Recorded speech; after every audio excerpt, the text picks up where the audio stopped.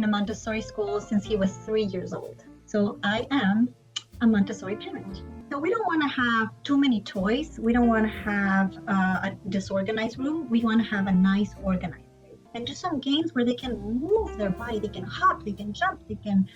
Okay, ready? Hello everyone, and welcome back to the WoodAndHearts YouTube channel. I'm your host, Scott, and today we have a special guest with us, Veronica. She's a Montessori expert.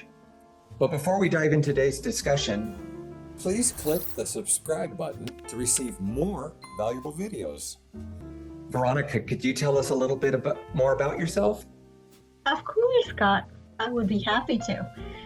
Well, I live in Massachusetts, but I work at the Montessori Training Center of the Northeast in Hartford, Connecticut.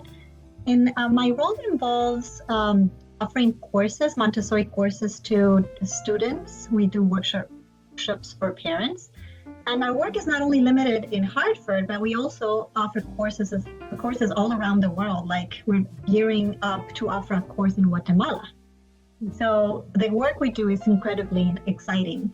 Another thing that I do is I'm a mentor for the Green Spring Center of Lifelong Learning, and we offer mentoring sessions for new guides as well. So this is such an exciting opportunity for me. So that's what I'm doing currently, but I was a Montessori guide for over 10 years, for a decade. And before that, I worked in early childhood education setting for 6 years. So I've been involved in early childhood for a long time. And I'm also a proud parent of 2 Montessori. My daughter went to a Montessori school for her elementary years, and my son was there in a Montessori school since he was 3 years old. So I am a Montessori parent. Well, congratulations on that. That's really great to hear. So we're really excited to have you here today. Our main topic of discussion today really revolves around the Montessori methodology, which is really a subject of great interest to a lot of people. And so let's just jump right into it. Of course. So for those who may not be familiar, could you please provide a brief overview of the Montessori method and its core principles? Yeah, so the Montessori method is an educational approach, and what we do is that we in the natural development of discipline, the natural development of the child, where they have self-directed activities that they're going to follow. But there are some key principles in the Montessori method. So one of them is the respect for children. We value and respect each child's uniqueness. That's something very important, a core value that we have. Another thing is that we do have a prepared environment. And a prepared environment is when the guide, a prepared adult, is going to create this beautiful environment that has carefully chosen scientific materials that are going to support the child in this natural path for development. We also offer an environment that has freedom, but freedom within limits. So we're going to allow the child free choices, but there's going to be a certain structure setting around those choices. We also have mixed age groups. So we have children from, depending on the classroom, if you are talking about an elementary classroom, there's children from 6 to 12. If you're talking about a primary classroom, a children's house classroom, there's children from the ages of 3 to 6. So we have a multi-age classroom. Another thing that it's important is that we have what we call the uninterrupted learning. This means that children can work at their own pace for long periods of time. We don't interrupt them to move them to a different activity or a different, like we're doing math for an hour, now we're going to do language for an hour. We don't do that. We allow the child to follow their interest and work with an activity for as long as they want. And we do have what we call hands-on materials. Materials we know, especially in primary and for the infant community, the child is the sensory motor learner. So we have materials that they can manipulate, that they can touch, they can explore. And it's a key principle of the Montessori Another thing that we do is that we don't have rewards or punishments, because what we want the child is to develop is, like I said, inner discipline. So, and I will talk more about that. And we also promote peaceful learning. What we want is to promote cooperation between children. We support children to develop conflict resolution, and we offer this through what we call the grace and courtesy lessons. So, in a nutshell, those are the core principles of the Montessori method. That sounds wonderfully positive to me. It really does. What are some of the misconceptions about Montessori education? How parents can separate or distinguish fact from fiction about the Montessori method? Yes. So there are many common misconceptions about what Montessori is. For example, what I've heard is that people say, oh, Montessori is only for children that have special needs, or Montessori is only for the gifted children. That's a misconception, because Montessori is designed for all children, regardless of their abilities, because the Montessori approach is individualized and it's adaptable for each child's unique needs. So it is for everyone. It is for everyone. Another misconception that we typically hear is that they say Montessori is not academically rigorous. They think it's not the same as traditional or mainstream education. But what we know from research is that Montessori is it's equal, or sometimes can even exceed traditional education standards. And it offers a strong foundation in math and language and science and many other subjects. And I don't know if you've heard about her, but Professor Angeline Lillard from the University of Virginia, she directs the Early Childhood Development Laboratory there, and she wrote a book called The Science Behind the Genius. And in that book, she displays many research-based data on how Montessori benefits not only the academic learning of the child, but also their social and emotional development. So that's a common misconception.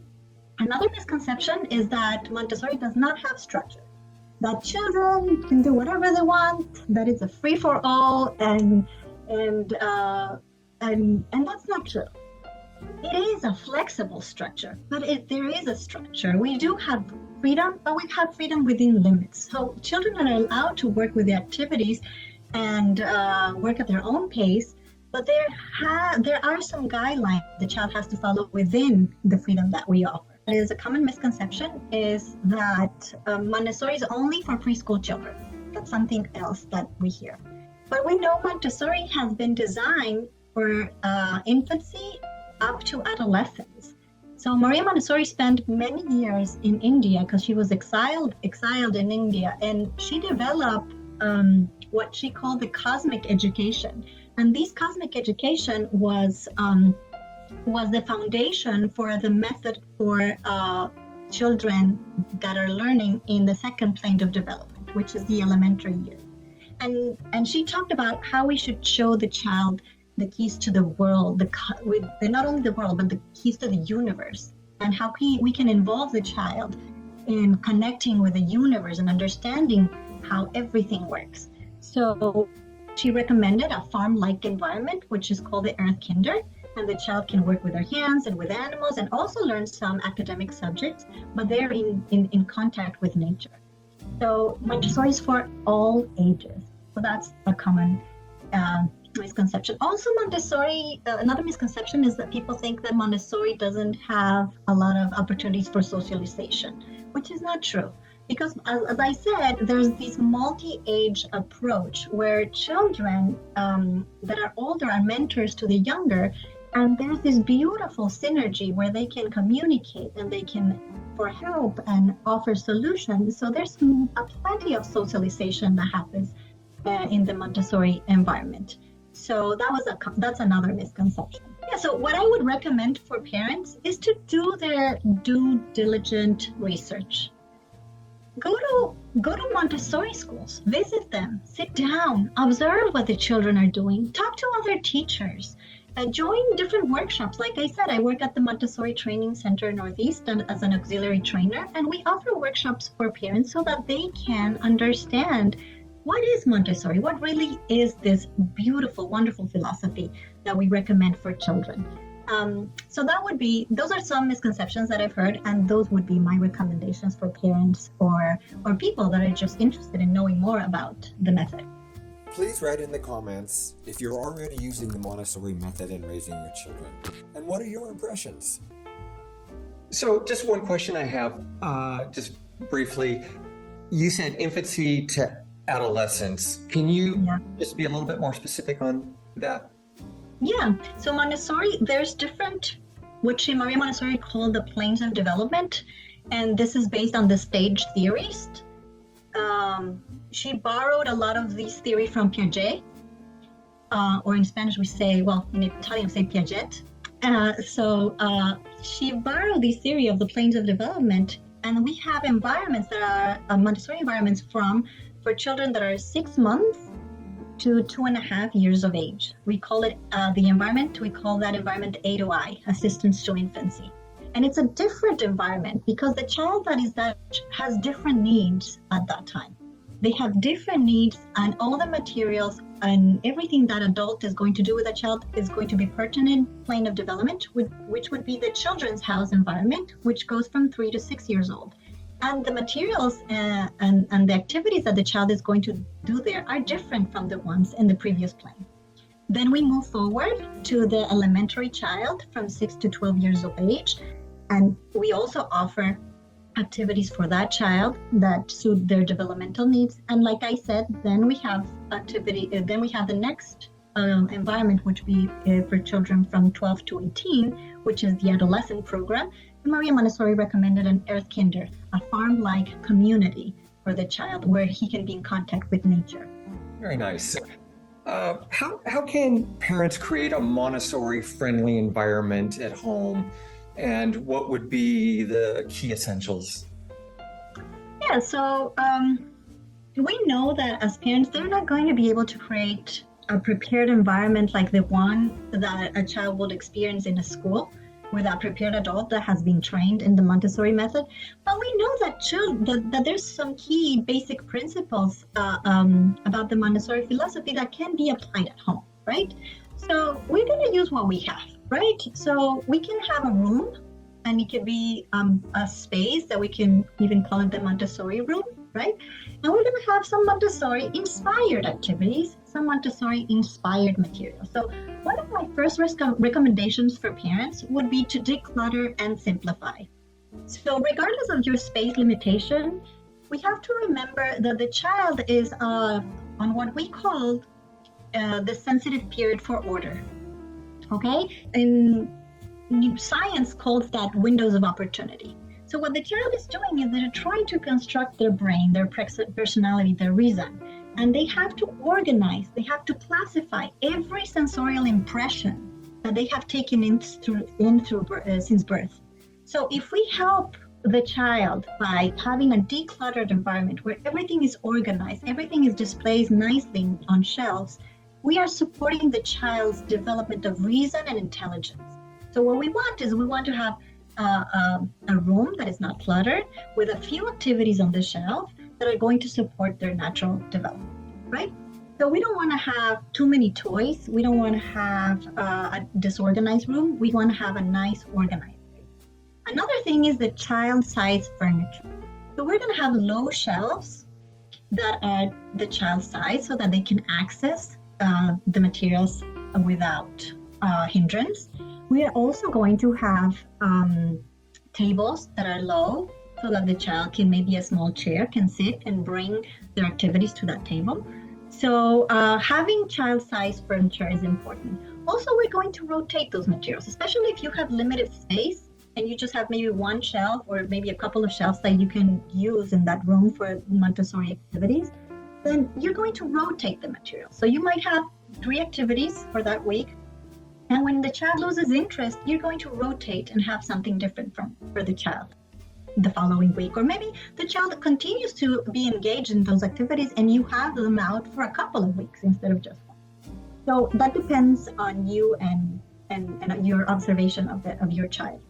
Another thing that's important that you can do as a parent is promote nature-based learning. So incorporate nature in your everyday life with your child. You can go out and you can collect leaves, you can collect rocks, you can collect shells, you can go on nature walks. So all these things you can do, you can count with them, all these things that you find in nature, right? And try to have things that are what we call in Montessori practical life activities. So practical life activities don't require a lot of space. These are things that we can do in our everyday life. So you can show the child how to help with laundry, for example. They can help you fold some things. They can help you maybe sort some socks. Maybe they can help you set the table. You know, they can bring the fork, the knife. You can pass them some placemats. They can help you with that. Or maybe they can even water a plant, right? Because these are valuable life skills that we're giving the child. And one of the cries of the child, especially in the first plane, is, help me do it myself. They want to be independent. So the more you offer them, the more opportunities you offer them to be independent, the more you are responding to that cry that the child has. Another thing you can do is create a small area where you can have like a library area, and you can go to your local library and get books and swap those books as the child is not interested in them anymore. And you want to engage the child in the social life around them. So take them with you to the grocery store. Take them with you to the park, go to museums, talk about everything that's happening, because the child is also in this window of opportunity or sensitive period for language. So the more you speak to them, the more you talk to them about everything around them, and you name every single thing they see, the richer their vocabulary is going to be. So, and involve them in your community, because they're social beings, and we want them to be in contact with members and friends and people everywhere around them, because that's how they construct their personality. They adapt to the world through the connections they make with the people around them. And that would be my recommendation for parents. Well, I think that's great advice. What about parents that have limited resources, limited space? What are some things that they can do to integrate Montessori principles, maybe without a dedicated room? Maybe they don't have that room.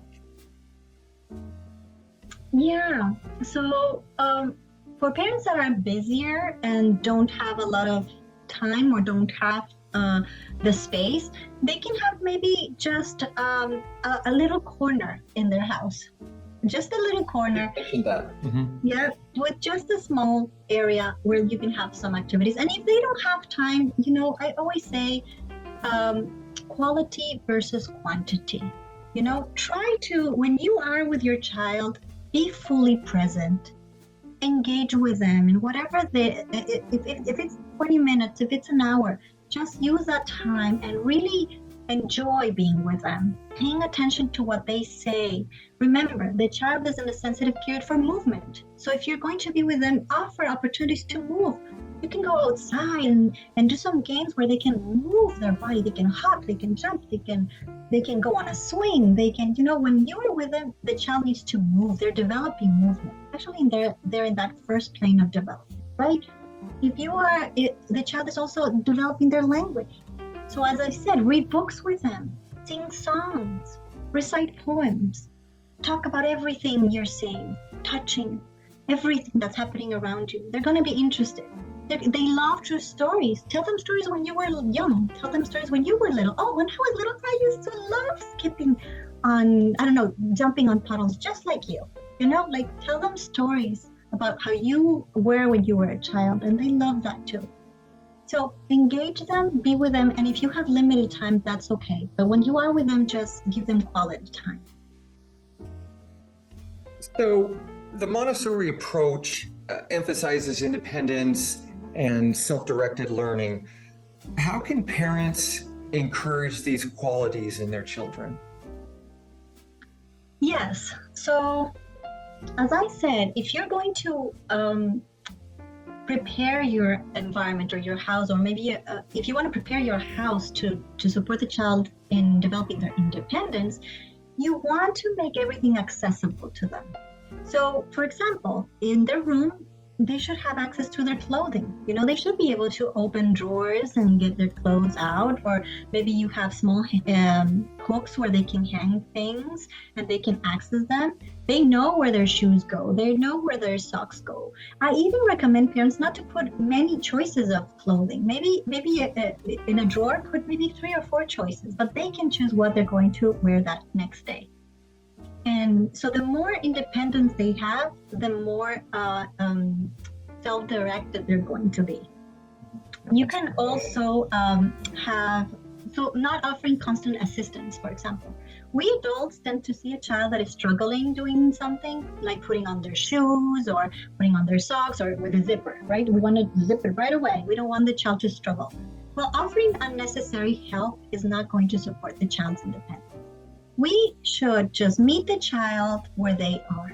If we're noticing they're struggling, let them be. Let them struggle a bit. See if we really need to step in or not. Sometimes just observing is just enough, because they will figure it out. And they need the struggle. They need the work. That's how they construct different functions of their bodies. So it's okay for them to struggle. So don't jump right away. Let them struggle a bit and only offer the necessary help, not unnecessary help. Another thing that I think it's important is that to give choice. So when you're with children, offer choices. You can say, would you like to wear your white shoes or your brown shoes? Would you like to wear the red jacket or the green jacket? Like choices that you can live with. Them in the conversation. Exactly. So you're going to involve them. You're not going to tell them this is what we're doing, but would you like to go to the end of the street? Or would you like to maybe just go to the park that is just a couple of steps away? Just involve them, give them choices that you can live with. Because I've heard parents but I don't want them running in the street. Well, give them a choice that it's appropriate for you. Maybe instead of if they need to hold your hand while you're walking, you can say, hold my right hand or my left hand, or would you like to hold my hand that has the shine bracelet or the ones without a bracelet? But they have to hold your hand, but find a creative way for them to choose to hold your hand instead of telling them to do something, because the child, in order to feel independent, needs to have choices, right? And for time exploration, let the child, if they're I remember when my 2 children, now they're one is an adolescent and the other one is an adult. We used to go on nature walks, and I used to observe these parents that were just rushing, just walking and just telling the child to just keep moving forward. And of course, I'm a Montessori, the guide, and I'm like, oh my goodness, this child is exploring everything, seeing everything, learning from everything around them. Let them stop and look at that leaf for 30 minutes if they want to look at that leaf. Let them stop and look at the ant or the daddy long legs if they want to. Because they are exploring. It's part of the human tendencies that we have, exploration, adaptation. So let them do that, right? These are some things that the parents can do. I was going to say, I love what you said. Just meet the children where they're at. Yes. That really kind of sums up a lot of what you're telling me in this approach. I really like that. So Montessori education often focuses on mixed age classrooms. And my question is how can parents encourage collaboration and learning between siblings? I'm so glad that you asked that, because I do have 2 children, and they are 4 years apart.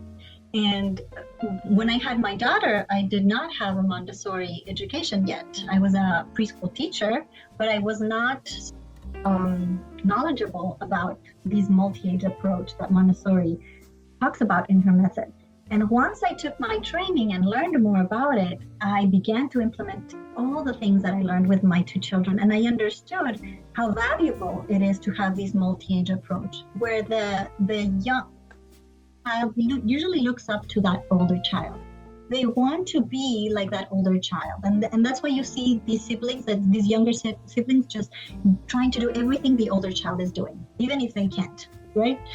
And it's funny, I was at the pool the other day, and there was this older child with her sibling, and she was skipping, trying to skip some an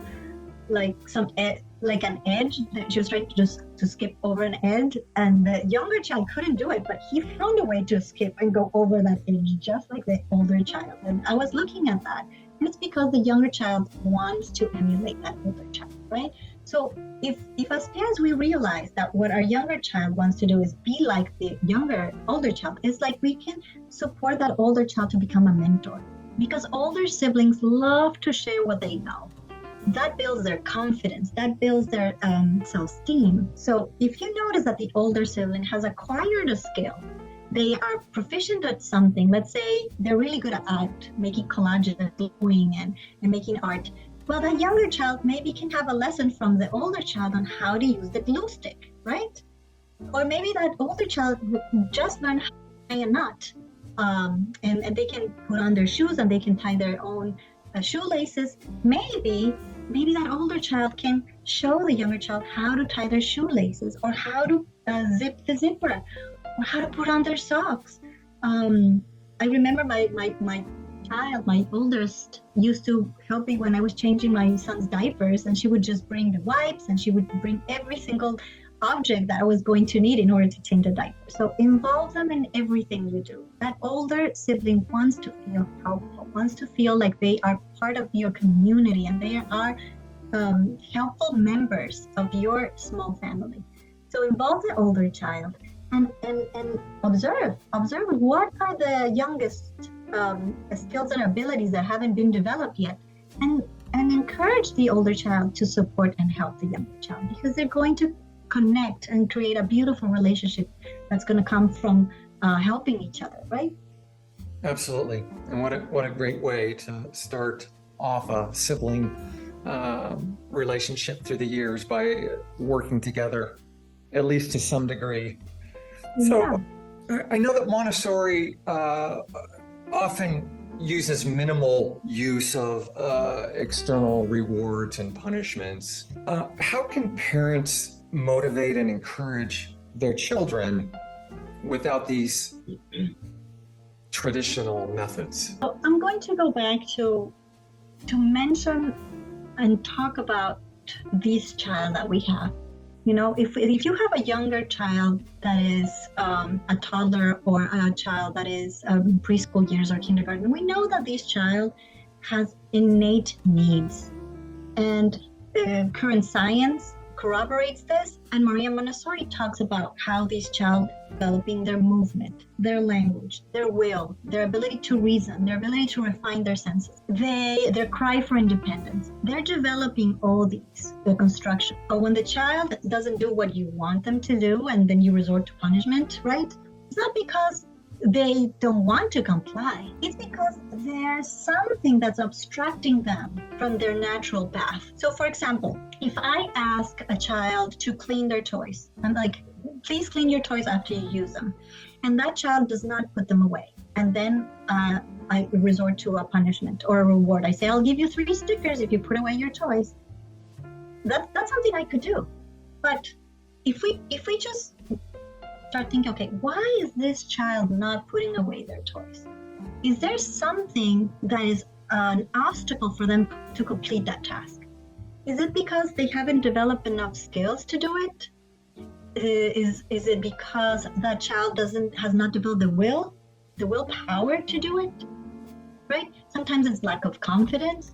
Sometimes it's lack of ability. So what we need to do is, instead of seeing it as a misbehavior or them not listening to us, say, how can I meet the needs of this child right now? If he lacks the confidence, maybe I'll put away a couple of toys and say, we can do it together. Would you like me to do one and you can do another one? No, meet them where they are. It's not that they don't want to do it. Sometimes they are shy. Sometimes they think it's too hard. Sometimes they see it as a huge mountain of toys, and they're like, this is too much for me, I cannot do it. So every time your child refuses to do something, there's a reason, a developmental reason why they are not fulfilling that. So you have to think, am I giving too much of a challenge? Should I assist maybe halfway? maybe I'm going to give a warning, maybe it's because I'm not giving them enough time to complete this activity, and they think, oh, why bother? We have to leave. I'm not going to have time to do this anyway. So think about what could be the obstacle for that child to follow your lead or your request, and meet them where they are. And some of the things that I would recommend is, as I said, prepare the environment. You're going to have less, you're going to have to use or resort to punishments or rewards nearly ever if you have a prepared environment where you have low shelves and furniture that is to their child's size, with activities that interest the child. If you offer choices, the child is not going to react or throw tantrums if they can choose. If we give them independence, the child is going to feel more prone to comply because he feels empowered. Acknowledge their progress, even if it's little progress. Say, wow, today you were able to put one of the sleeves of your shirt all by yourself. Wow, you did it. And don't just give praise like good job. Be specific about the praise you give. Describe what you're seeing, right? Promote and model curiosity. When you're doing something with them, you yourself, you show how curious you are about something. Oh, I wish I knew how to do this puzzle. I wonder if we can do it together. Maybe this piece goes here. Maybe we put it there.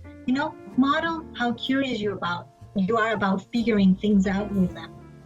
And provide the space, give them time to explore, to do their activities. Don't rush them, and try to engage in all these activities together. Be with them, accompany them, so that they know that even, and the first plain child is egocentric, and they usually like to work by themselves, but they like you to be next to them sometimes. Just having that presence is enough for them. And if you're working with a child that is older, we know Montessori tells us that the child that is 6 years of age now has a different mind. She calls it the reasoning mind. The child before 6 years of age has what she called the absorbent mind. So this child that has the reasoning mind, if you have a child that is 6 or older, you can ask about what they've learned. Ask about the experiences they've had. They can do self-reflection, and they can internalize their accomplishments. So you can do that with them. That's some great advice. Just getting parents to just use their own brain into trying to figure some of these things out, instead of just saying good job. Exactly. Great job of doing this. You did it better than you did it yesterday, or I get it. That's really great. So Montessori encourages children to follow their interests and passions.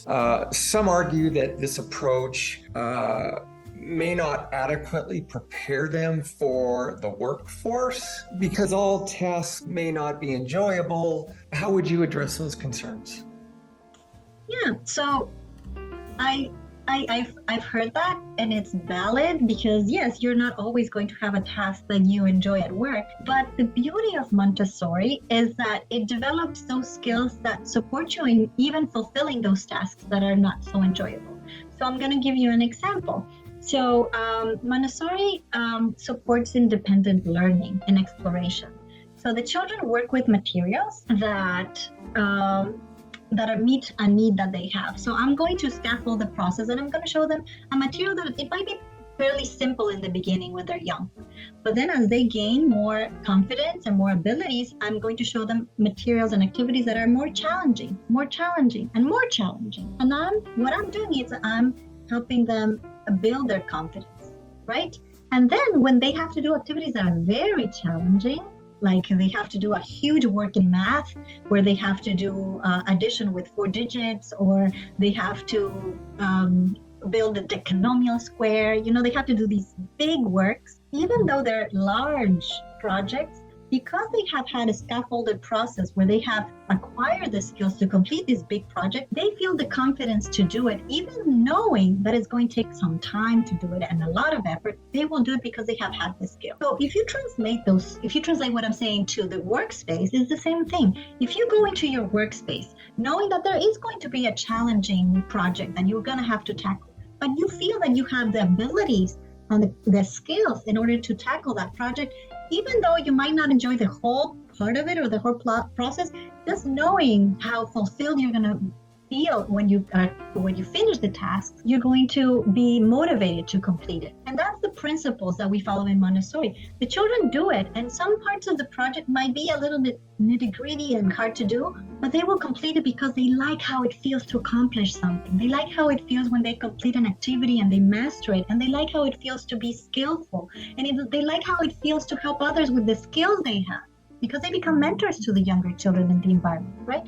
So those skills are translatable later in life as adults, because they're going to go into the workspace feeling confident, feeling that they can tackle any project. And if they don't know how to do something, you know what Montessori children do? They explore, they learn, and they teach themselves. Because Montessori talks about the method as auto-education. So if a child doesn't know how to do something, they're going to find out and research, how can I do this? So imagine you have an employee that has these characteristics. They're independent, they are problem solvers, they don't give up easily, they are persistent, and they feel joy when they complete projects, and they're eager to give input and help others. I would hire that person in a heartbeat, wouldn't you? I think those are some pretty good traits that any employer would like. Mm-hmm. I agree.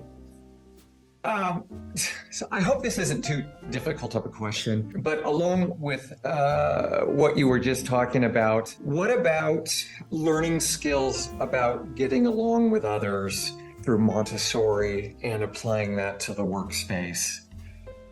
The skills that you learn from Montessori and then applying those skills to the workspace? Thinking of maybe an example of children in a Montessori environment and some skills that they may learn that would prove to be beneficial in the workplace later in their life. Yes. So if you think of Montessori, Montessori supports the development of intelligence. Okay? And we know, Montessori tells us and sociology tells us that human beings, we have this tendency for precision, for exactitude, and for an orientation and adaptation and exploration. So that's a human tendency we have as human beings. And Montessori supports those human tendencies through the materials and activities that they have in the environment. And one of them, because we have this tendency for exactness and precision, we have materials that develop the intelligence. We have sensorial materials that develop the intelligence and math materials that develop the intelligence, and some language materials as well. So we support the child in developing their reason, their capability for memory, for analyzing and being precise when they're working with something.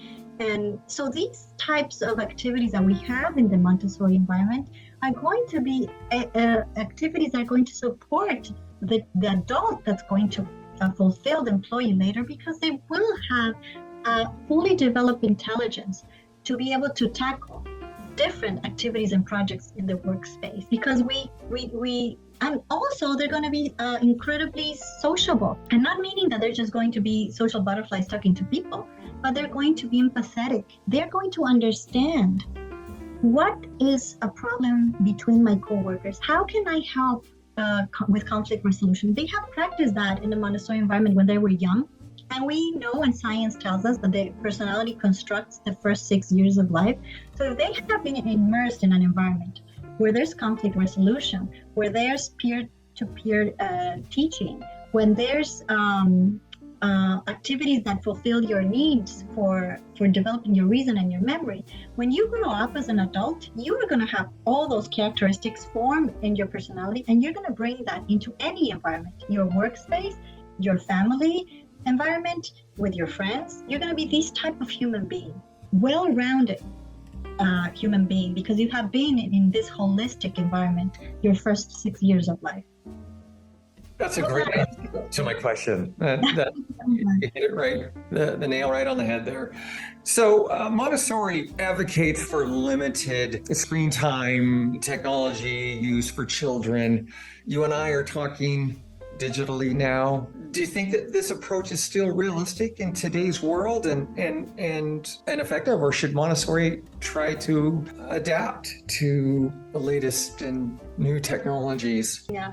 So I have my opinions about it, and this is based on my research and my just news and articles and just reading different research papers about social media and its effects on children and adolescents. So I would say, as a Montessori passionate expert, that before 6, the child is a sensory motor learner. So we know that the child constructs their intelligence and reason through interaction with their environment, and they have to use their hands. So putting the child in front of a screen to watch television or just to swipe a phone or a tab is going to satisfy a neurological need that the child has in order to construct their intelligence. So we know that neuroscience tells us that they need to engage with their senses in order to make sense of the world and organize and classify everything that's happening around them in order for them to understand how to be part of this world.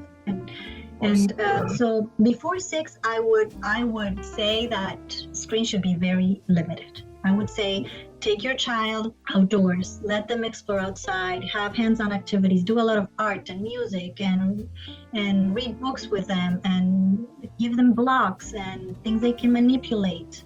Involve them in social interaction. Invite them to go visit friends and talk to them and resolve conflicts. And even health organizations, including the American Academy of Pediatrics, recommends very limited use of screen time in young children because it does not help to promote physical, cognitive, emotional well-being. So it's not only me, or because I've been just passionate about Montessori. Science tells us that the young child should not be exposed to screen time when they're young. But however, I know that we are in a modern world and technology is part of our everyday life. So I would say that for that child that has acquired that reasoning mind, that it's 6 years of age and up, I think we need to use technology like Montessori would have used technology if she was alive today. And that is for the child to satisfy those interests. If the child is satisfied in learning about planets or learning about prehistoric animals or Greek mythology, whatever that is, they can do research. They can use computers and go online and find facts and information that create an amazing presentation, and it can be digital, because the child at that age has a different type of mind that they can imagine. They can imagine themselves in different places and different countries and different eras, because they have that ability. But I still think it should be limited, because we want that child. Maria Montessori talks about how the child needs to be healthy. And to be healthy means that you are in contact with the outdoors, and that you are socializing, and that you are playing with other children and not just in front of a screen all day, because that's not healthy for you. So I would recommend before 6 years, I would recommend no screens, but after that, use screens like Montessori would use it to engage the child and fulfill their interests. I think it's healthy for adults not to overdo it with screen time either. Exactly. Actually, when I was young, I remember that we would watch films or videos. None of that going on in Montessori at all, or are there some exceptions? So if you were talking about the younger child, as I said, has a mind that is taking in every sensorial perception, and they're trying to make sense of the world.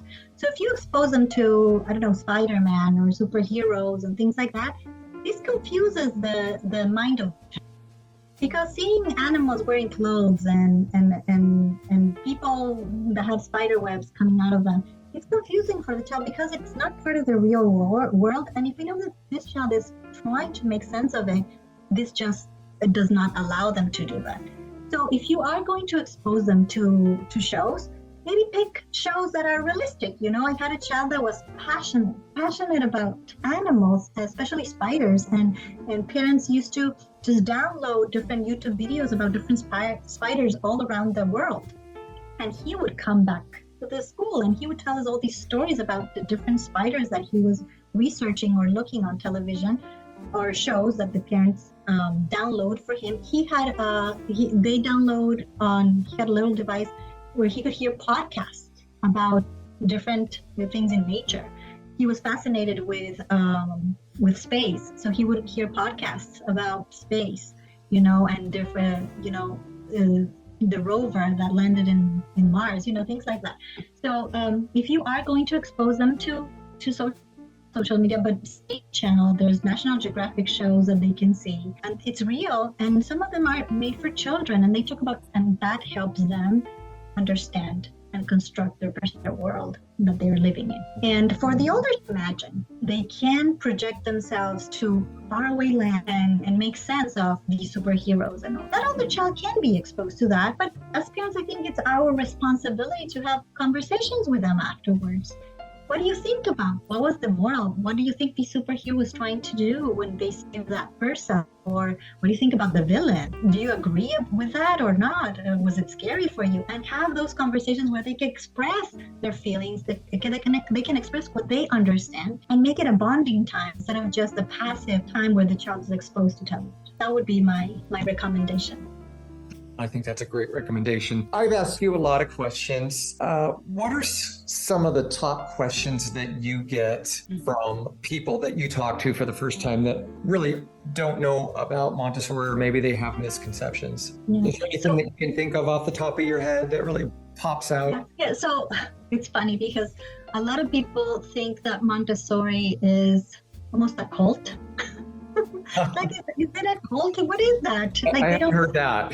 Yeah, they don't have a clue about what Montessori. What I have found is, I loved how you asked me that first question about the core principles, the key elements of Montessori, because I usually, when they say, is it a cult? What is it, a pseudoscience? Is it an actual pedagogy? What is it? And then I just go into all the theory about Montessori and just give them a little nugget in order to spark interest in for them to go and explore and maybe or an orientation course about Montessori.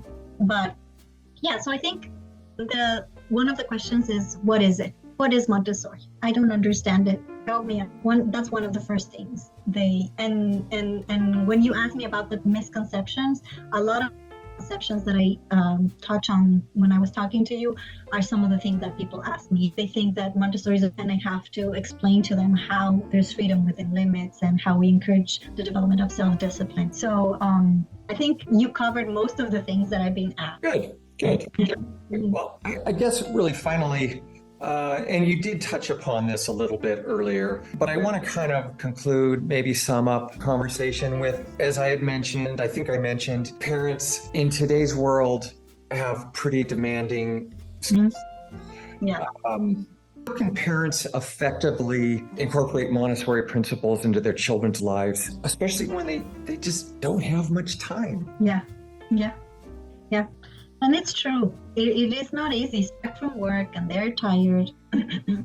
But you know what? There's a weekend. There is a weekend. There's a 1 or 2 days during the week that maybe you can devote to your child. And remember the principle. Remember, encourage independence when you're with your child. Another thing that I didn't mention that it's key is be friendly with error. If your child makes a mistake, if your child spills something or breaks something, or falls down, be friendly with error. Approach your child with kindness and say, oops, oh, it's okay, maybe you can go find the mop. Do you know where the mop is? I bet you can even mop it. And just make it fun for them to make a mistake. Mom and dad are with them, and they love them, and they are going to help them if they need help. Because if you are correcting children all the time, they're not going to develop the confidence to try to take risks in life. So be friendly with error. Don't have, and I'm saying, have high expectations for them, but meet them where they at the moment and be there for them in doing that journey of acquiring the skills to be successful with something. It could be that they need to social skills, and we use what we call grace and courtesy, where we do role modeling and role play and do acting with the children. So if they're having an argument with a sibling, constantly interrupting and correcting right then and there, another day in a neutral time, you would come and say, hey, how about if we practice? What can we say if a friend or your sister comes and they take away your favorite toy, what could we say? And then you brainstorm and you can say, maybe we could say, you can have it turned when I'm done playing with it. That would be something you can say. And then you role play with them and then give them the words, because young children sometimes just don't express themselves. And then they can practice skills, those social skills with others. So be friendly with it. Practice social skills. Support them by giving them independence in everything you do. I mean, it doesn't matter if you have a lot of time or a little bit of time. Whatever time you have, just where they are at. Try to be there for them, observe them, see what their interests are. If they're interested in I don't know, they're interested in ducks, go to the park and observe ducks with them. Talk about their feathers and how they're able to and just follow their interest, follow your child. Even if you're with them just one day a week, follow your child and their interest. It kind of sounds like a lot of this process involves educating the parents too. Exactly. And that's what part of my responsibility at the training center is having these workshops. That's great.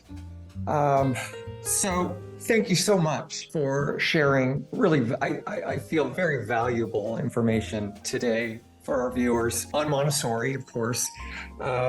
It's really been a pleasure having you on the show today. Thank you so much. Scott. It's been a pleasure for me. Yes. So, and with that, we're going to wrap up today's interview. Remember to like, share, and subscribe to WoodAndHearts YouTube channel. And for everyone here on the crew and myself, thank you so much. Take care. And please check out the videos on our channel that talk about the differences in the Montessori method for different ages.